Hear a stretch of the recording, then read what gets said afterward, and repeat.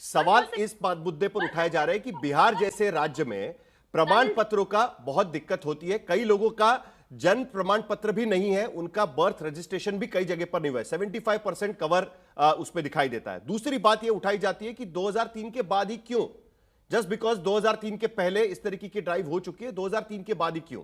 और वो 2.8 करोड़ वोटर जो अब तक वोट करते आए हैं, उनका क्या होगा? सवाल इन 3 मुद्दों पर उठाए जा रहे हैं। और क्या एक महीने में ये चीजें पूरी हो सकती है? मोहम्मद अभी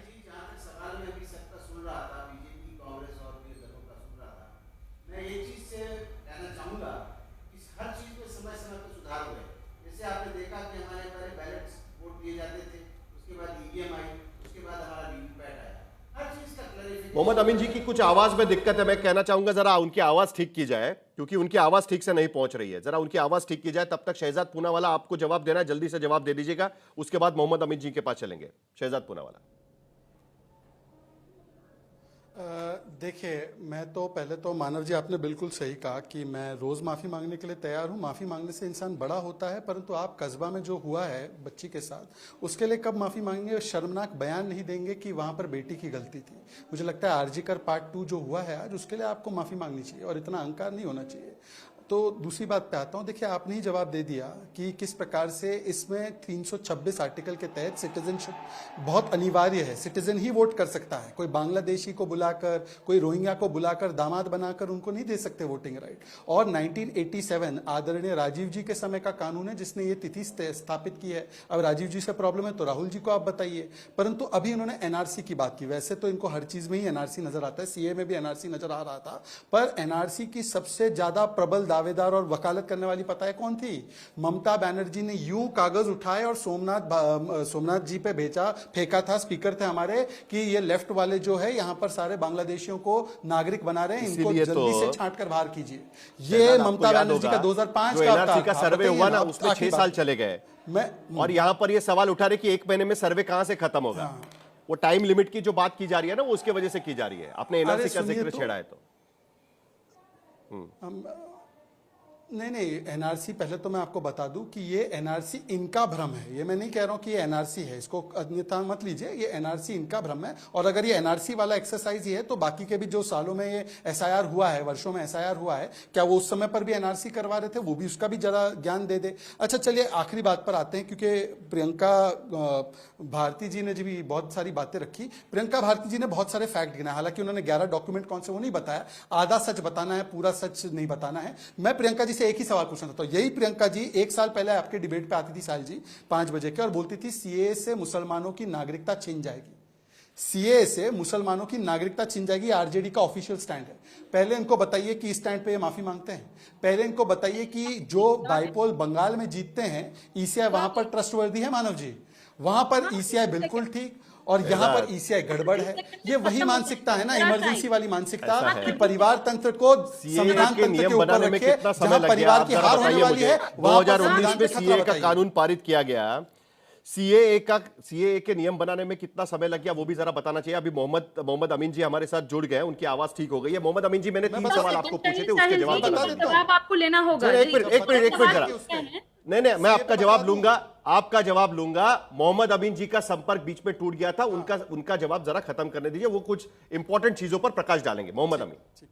साहिल जी, जहां तक सवाल है इस बात का कि जैसे कि इलेक्शन कमीशन ने हमें समय समय पर सुधार किए हैं, जैसा कि आपने देखा कि पहले बैलेट से दिए जाते थे, उसके बाद ईवीएम आई, उसके बाद वीवीपैट आई, और भी बहुत सी चीज़ें सुधार किए गए।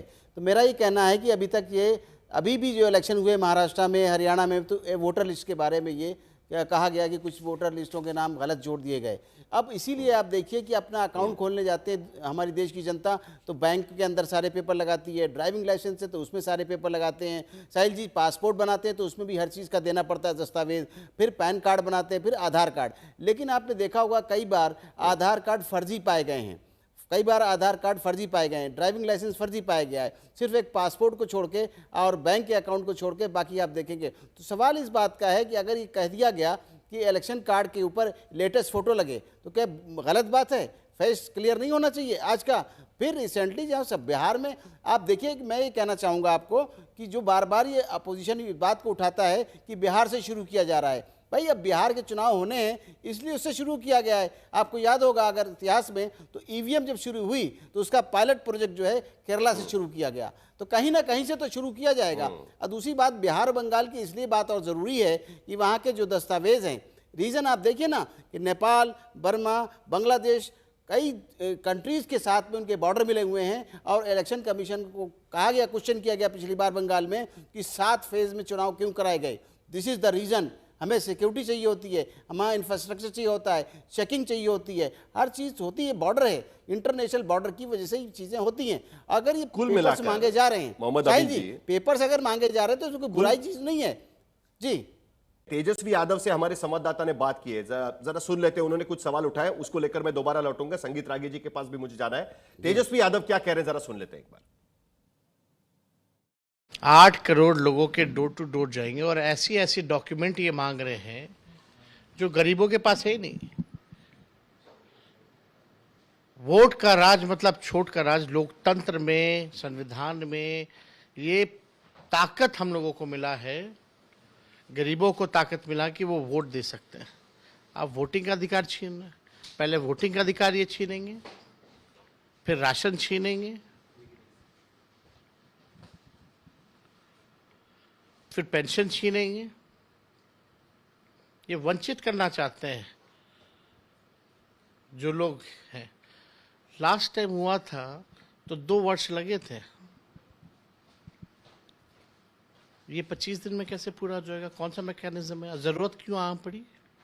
तेजस्वी यादव से हमारे संवाददाता ने बात की है, जरा सुन लेते हैं। उन्होंने कुछ सवाल उठाए, उसको लेकर मैं दोबारा लौटूंगा। संगीत रागी जी के पास भी मुझे जाना है। तेजस्वी यादव क्या कह रहे हैं, जरा सुन लेते हैं एक बार। 8 करोड़ लोगों के डोर टू डोर जाएंगे और ऐसी ऐसी डॉक्यूमेंट ये मांग रहे हैं जो गरीबों के पास है ही नहीं। वोट का राज मतलब छोट का राज। लोकतंत्र में, संविधान में ये ताकत हम लोगों को मिला है, गरीबों को ताकत मिला कि वो वोट दे सकते हैं। अब वोटिंग का अधिकार छीन रहे हैं। पहले वोटिंग का अधिकार ये छीनेंगे, फिर राशन छीनेंगे, फिर पेंशन छीनेंगे। ये वंचित करना चाहते हैं जो लोग हैं। लास्ट टाइम हुआ था तो 2 वर्ष लगे थे, ये 25 दिन में कैसे पूरा हो जाएगा? कौन सा मैकेनिज्म है? जरूरत क्यों आ पड़ी?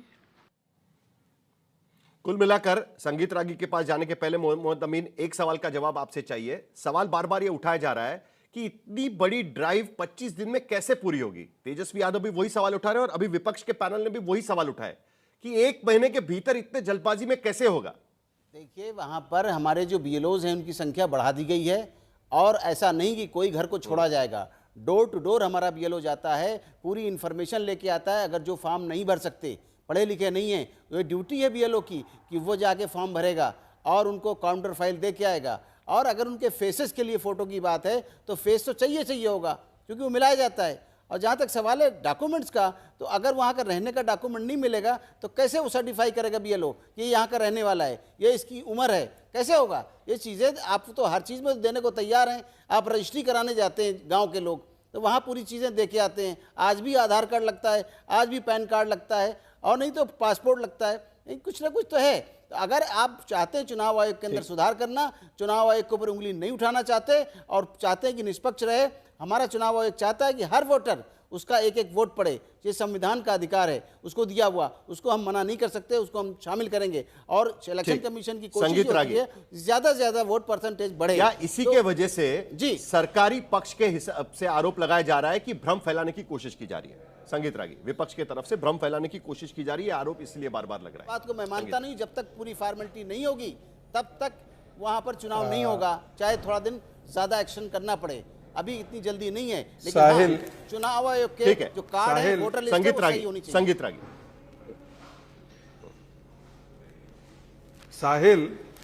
साहिल हम लोगों को टीवी राजेश्वर की रिपोर्ट पढ़नी चाहिए।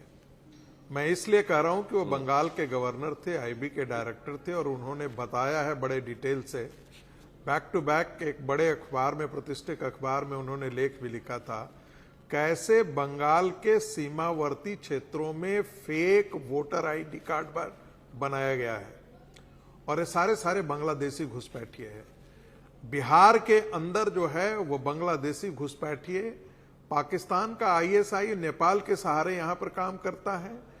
जैसे कहा जाता है ना कि हर बरसात से पहले नालियों की सफाई बहुत जरूरी होती है, नहीं तो पानी भर करके बाहर आ जाता है और जल जिसे कहते हैं जल भराव हो जाता है।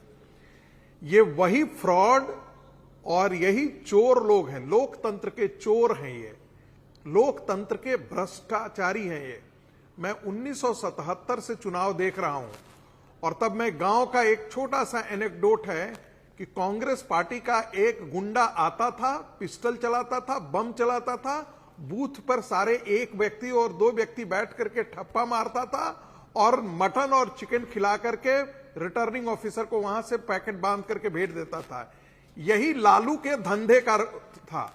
तो ये बिहार के अंदर चलता हुआ देखता मैं बाकी प्रदेशों का नहीं जानता हूं, लेकिन बिहार में इन धंधेबाजों को मैंने बहुत शायद आप भूल रहे हैं 20 साल से एनडीए की सरकार है वहां पर, तो अगर 20 साल से वहां पर यही चीज होती रही है तो उसके लिए रिस्पॉन्सिबल कोई और होगा। तो 20 साल से आप भूलिए मत कि 20 साल से सरकार वहां पर किसकी है, बस मैं याद दिला रहा हूं आपको। सुन लीजिए